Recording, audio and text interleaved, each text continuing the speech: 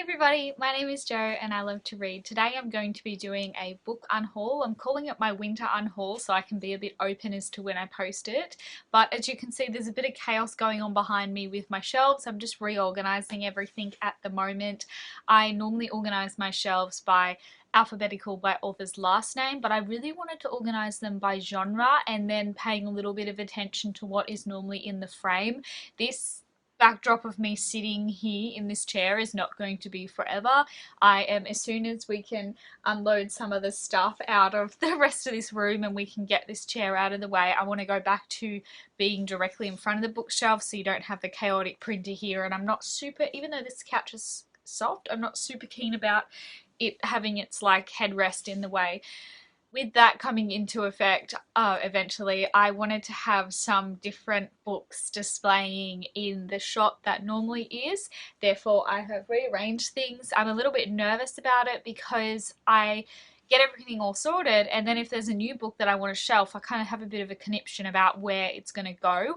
But I think I have a few different methods now of displaying books. Like I turn things out more, I put things on their side. Therefore, it shouldn't be that bad when I go to needing to shelf something new. And I just want to try it for longer than, I think the last time I tried it is when we moved in here, and it lasted like a day and then I had to change it back. So I'm going to give it a better shot. But here are the books that, as I've been reorganizing this, I've decided that I don't want anymore. First one is The Fantastic Beasts Screenplay. Even though this is an absolutely gorgeous book, it's just something that I bought the first screenplay and then I didn't buy the other ones.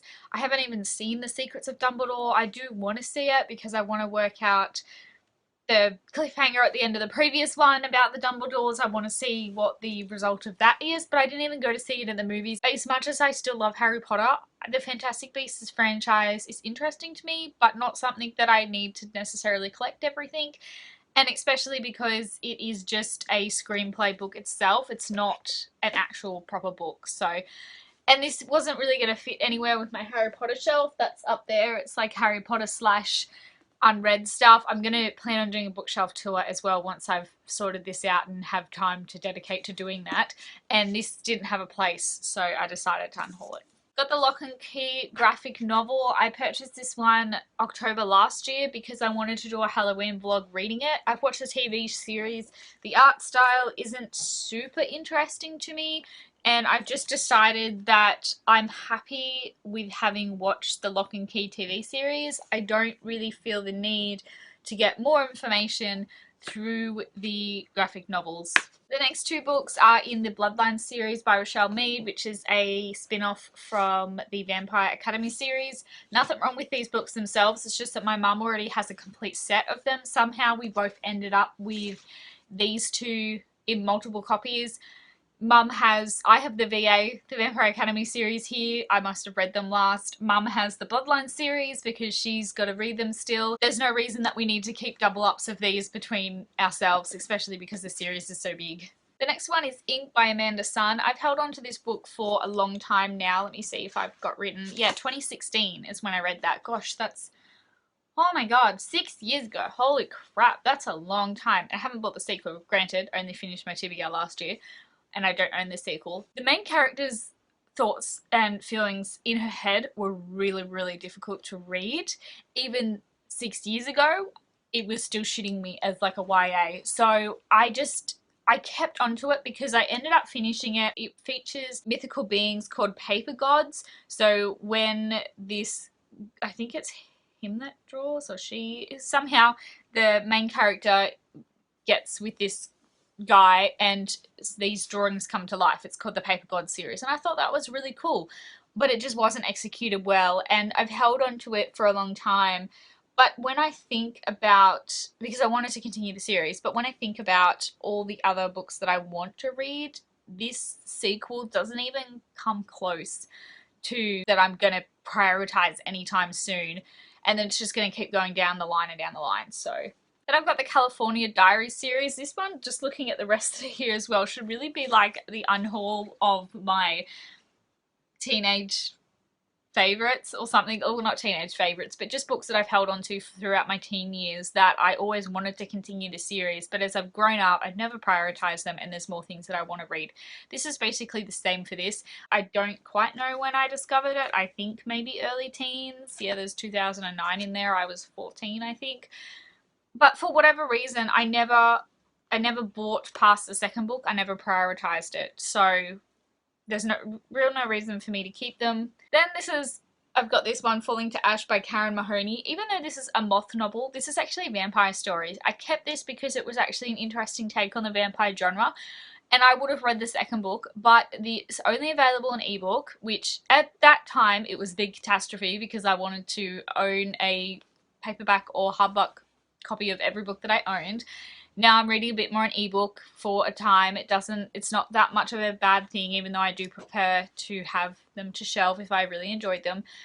But again, never prioritized it, and I just don't think I will. A vampire story now would have to be really gripping for me to pick it up just because it's got vampires in it. I don't even remember what happened in this, and to be honest, when I looked at this, knowing that it's vampires, but it's called a Moth novel, I can't remember the lore behind it as to why they think it's a Moth novel. I think her name is just called Moth. So I feel like it was an attempt to be different from the vampire genre by marketing it this way, but it's not. You would think that it's a fairy thing as well. I'm getting rid of Intertwined by Gena Showalter. You may remember this from my, I think it was March and April wrap up. I attempted to read this one, the first in the series. I was borrowed the third book in the series, and I then purchased this one to see how I go with it. I'm just not into it. Check out my wrap up if you want to know more about it, but I'm going to unhaul this and give the third one back to the person that borrowed it to me. This is Wither by DeStefano, the first in the Chemical Garden trilogy. A little bit sad about this because I imagined that it would be kind of good. It's like a YA version of The Handmaid's Tale. I think The Handmaid's Tale is actually intended for a young adult audience, but it's like a softer, more romanticized, well, not romanticized, a version with more romance in it, at least from the perspective of someone who hasn't actually read The Handmaid's Tale. I'm partway through it at the moment. I don't know if I'm going to finish it though. We'll see. Not that it's boring, but it's just very sad. This one I had always intended on continuing, but again, I think it's something that from my teen years I've held onto it for so long, but I just never think I'm going to get there. And then I could probably talk about all these together, these final books, because they're two sets of parts of Horse series. So the first one is the Pony Power series by Janine Bentecourt, and the second one is part of the Heartland series by Lauren Brooke. Love Heartland TV show. The books I never ended up finishing though, obviously, because that's, well, not obviously, but I only read the ones that I've owned. Good memories from like scholastic book fairs where I used to grab one of these every now and then and read them, obviously out of sync. There's nothing wrong with them. I enjoyed them when I read them. Notable in Pony Pals is there's actually a dyslexic character in here, which is awesome for having that dyslexic rep. There's pictures in here when the girls make up a plan together that the dyslexic character actually draws instead of writing them down. These would be great for a preteen or early teen audience, but so if you've been following my blog, if you've been following me for a while now, you'll know that I do read a teen series called the Thoroughbred series. I'm still intending to collect that. It's just something that I've done for ever since I first started reading them in my high school, in my preteen years, and I've just kept collecting them. They're what I'm going to finish, and then I was thinking, oh, what can I collect after that? What, like, horse series? But there's not really any point to it. I'm going to finish doing the Thoroughbred ones because I really enjoy them, but I don't think there's any reason to force myself, well, not force, but aside from just collecting things, that it's not necessarily that I think these are really great and I'll super enjoy them. So I'm going to finish collecting the Thoroughbred series, and then I am probably going to put collecting preteen horse novels to bed and leave it at that. So these are going as well. And I don't want to be someone, I don't want to hold on to these for my kids, my one child and potentially future children, because they may not even like reading, they might not like horses, and I don't want to, not to say that I couldn't read them, they might enjoy reading them, but then I always just kind of think by the time that they get into that kind of thing, if they do like reading and they do like horses, there's going to be some new fab series out that they're going to enjoy reading as well. I've already got the Thoroughbred one that would take them friggin' forever because there's like 80 books in that series and a prequel series and some super editions, so there's about 100, maybe 120 books all up. There's no reason for me to keep these that I don't even really have that much of a connection to. That is it for my winter unhaul. Thank you guys so much for continuing to watch my channel. Have you unhauled anything lately? How does that go for you? When do you decide to? Is there anything that you held on to for a long time but ultimately decided to unhaul it? I will chat to you guys in my next video. Don't forget to like, comment and subscribe, and I'll see you guys next time. Bye!